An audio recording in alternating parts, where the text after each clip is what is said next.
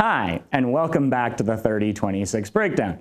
I'm Jon Lee, your host, and today I want to explain why there will never be a fighters union. So since the AAA came out and the other 3 or 5 or 7 MMA unions and trade organizations and whatever weird legal jargoning and jockeying they've been doing to get it classified as a certain way or another way, it reminds me that you're dealing with fighters who pay to fight. So I did 3 amateur fights. I won all of them. Not that I'm some great fighter, but the level's just really low. But you know what I did each time I fought? I paid about $150 plus medicals. That means I probably spent around $1,000 to get hit in the face, knee in the stomach, and to have my orbital bone broken, because in winning one of those fights, I got my face broken, which was great, because then my face was numb for like 3 months. Fun times.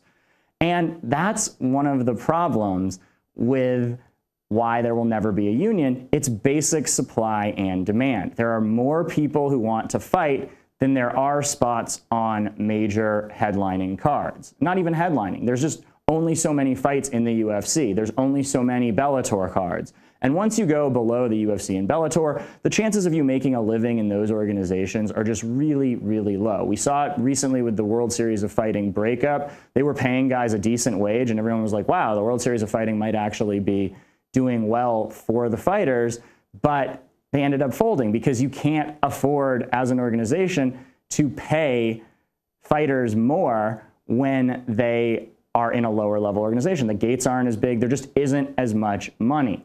So what this leads to is you get a bunch of guys fighting for what's called psychic benefits. I first heard the term psychic benefits when I heard Mark Cuban talk about owning an NBA team.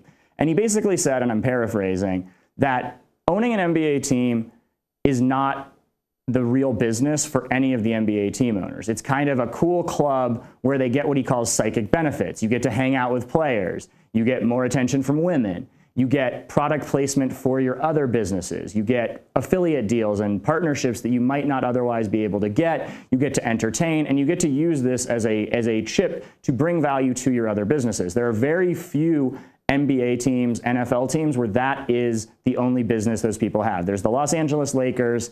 I think there's a couple others, maybe the Yankees. But most of these owners who own sports teams are doing it for the psychic benefits. And that's another reason there'll never be a fighter union, because the money is not enough to motivate fighters to fight at a lower level. You're dealing with fighters who are either lifelong martial artists, my least favorite term in the world, because you're usually dealing with a 45-year-old man in pajamas, or they're trying to find truth through fighting, or they don't have any other options like Jon Jones, but they're not doing it for the money. You don't jump into fighting because you need the money if you have any other option. It reminds me of that scene in The Wire when Weebay's in jail and his wife goes to talk to him about letting Carver adopt his kid. And she's like, well, he can be anything in the world except a soldier. And he's like, well, if you could be anything else in the world, why would you want to be a soldier, right? If you could be anything else in the world, why would you want to be a fighter? But the people who fight, they feel some compulsion inside of them, and that makes them feel like they're going to be champions. And that's the next problem, which is that everyone thinks they're going to be the UFC champion. So once you get into the actual sport of fighting, you're now dealing with guys who already are a little crazy, right? I didn't mention that earlier, but fighters are a little bit off. You hang out with fighters, you'll see they're not the most normal people. I personally don't like to hang out with fighters. You'll never hear me interviewing fighters. They're not my people. I like fighting. I don't like fighters. So you're already dealing with people who are off, right? People who believe in conspiracy theories, people who are anarchists like Jeff Monson, people who have run afoul of the law quite a bit, people who don't really have anywhere else to go. Then they get into fighting, and they have an over sense of confidence. If you talk to fighters, every single fighter thinks that they're going to be UFC champion. I was speaking to a guy who's 29. He's still not in the UFC. He's coming off a horrific leg break where he was out of training for like 6 months.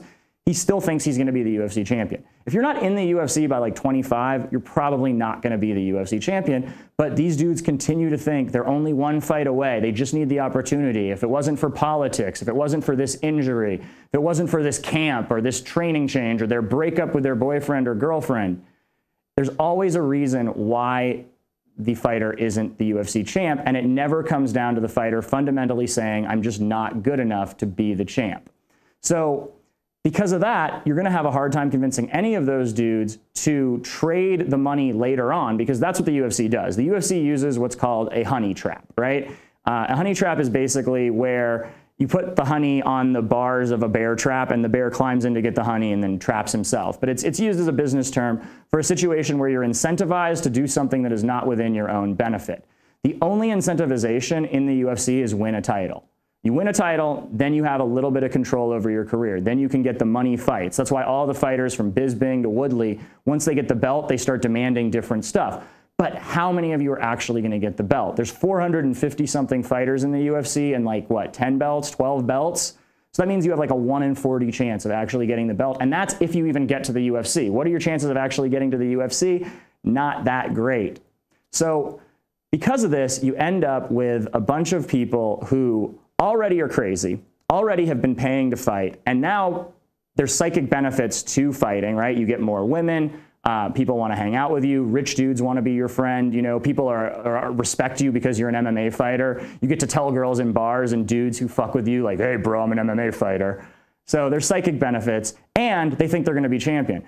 The last thing that adds into this just horrible combination for the well-being of the fighters is what's called the paradox of choice. And this is where the MMA unions and trade organizations are messing up, because what happens is when we have too many choices, we end up going into like the analysis paralysis. And they've actually done studies with this on the paradox of choice. There's a very famous study called the JAM study.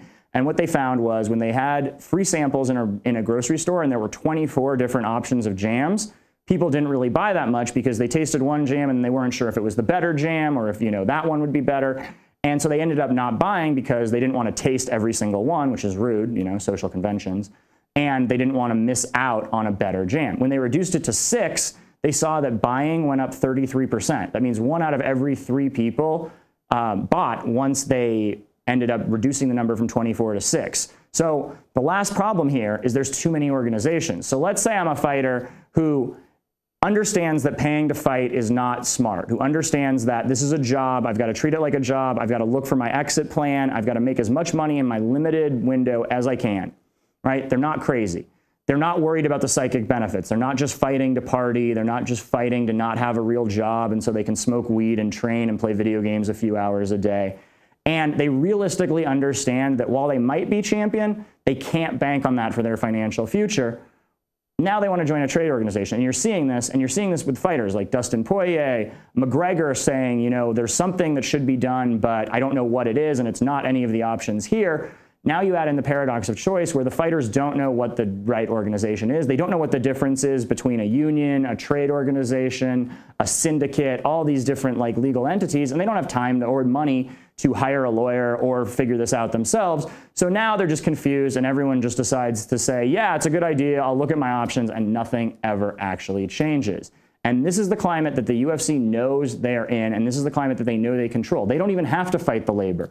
They spent all that money when they were fighting to get into New York, fighting the labor unions. They don't even have to. The fighters will do it themselves. They don't have to do anything except sit back and wait for the unions and trade organizations to fight amongst each other, not come up with a single solution, inevitably die out, and the robber barons keep making money. So that's why I believe there will never be an MMA union, we'll never have collective bargaining, and we'll never have parity of salaries. But maybe I'm wrong. I'd like to be wrong. I really would. But I think that the psychological factors I laid out in this video are very persuasive, and I'd like to hear from you. So go ahead, leave a comment, give me a thumbs up or a thumbs down, share it on Twitter, Facebook, and let me know what you think. Do you think there will be an MMA union one of these days, or am I right? I think I'm right.